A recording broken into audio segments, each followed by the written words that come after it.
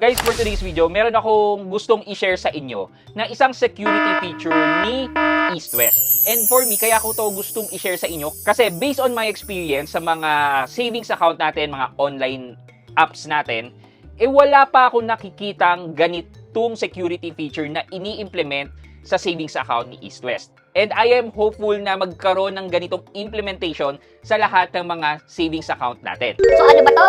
Samahan nyo ako pag-usapan natin yan. Sit back and let's discuss coming right up.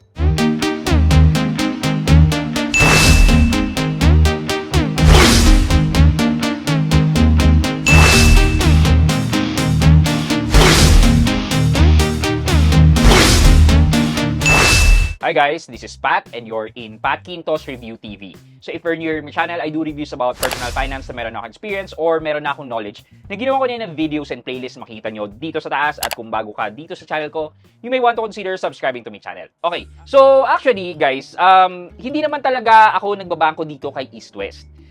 Nag-create ako ng account dito kay East West because, alam niyo yun, yung magbabayad ako ng credit card kapag kunyari ang gagamitin kong pambayad is BDO app, or ano ba, mga GCash, or even Maya, or Maribank, well, ang problema ko dyan is hindi siya nagre-reflect kagad. It would take around 1 to 2 banking days before mag-reflect ang payment mo. Alam mo yun, kapag magbabayad ka, tas nandun ka sa due date ka magbabayad, medyo alanganin yan, medyo gray area yan. That's why, ang ginawa ko is halos lahat ng mga credit card ko is paired with a savings account. And with East West nga, nag-create ako ng East West account. Madali lang naman ako nakapag-apply dito and through the app lang din ako nag-apply kasi since meron na akong credit card with East West, meron na silang personal information ko. As in, just click lang dito sa East West app na to, nakapag-create na ako kagad ng account with East West. Ano ba tong security feature na na-experience ko with East West? Well, dito kasi, you have the option para i-lock ang inyong savings account.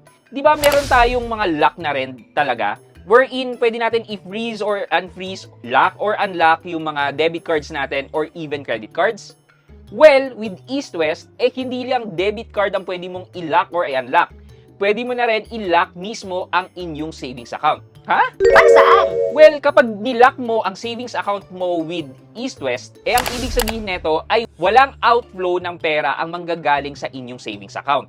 Ibig sabihin nito is that as long as nakalock yan, magiging kampante ka na hindi mababawasan ang inyong savings account. Kahit na may naka-auto debit kayo dyan, pag may naka-auto debit kayo, malamang mag-fail yan. Pero ang naisip ko nun, hindi ba kapag nakalock na yan, hindi mo na rin siya masesendan? Well, apparently, pwede ka pa mag-deposit dito and only yung outflow ng pera ang nakalock dito. For you to withdraw money, you have to unlock it first. And pagpasensyahan nyo na lang po kasi hindi nagpapatake ng screenshot or screen recording si East West. Kaya ganyan po ang resolution ng ating mga pictures. So makikita nyo po dyan, savings, ayan po nakalagay lock. So kapag nilock po natin yan, ayan, makikita po natin, easy lock. Secure your account instantly with EasyLock. All outgoing transaction, including transfer and debit card payments, will not be available. Unlock anytime through the Easy Way app.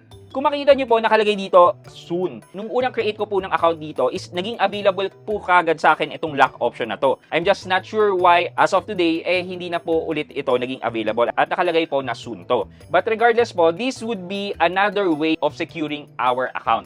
Nag-e-evolve na po talaga ang mga hackers ngayon and given na merong mga bean attack, so helpful din po na hindi lang po yung debit card po ang ilalak natin, kasama na rin mismo ang account natin. Actually, okay lang naman din pati yung incoming deposit, pwede rin nating i-block muna.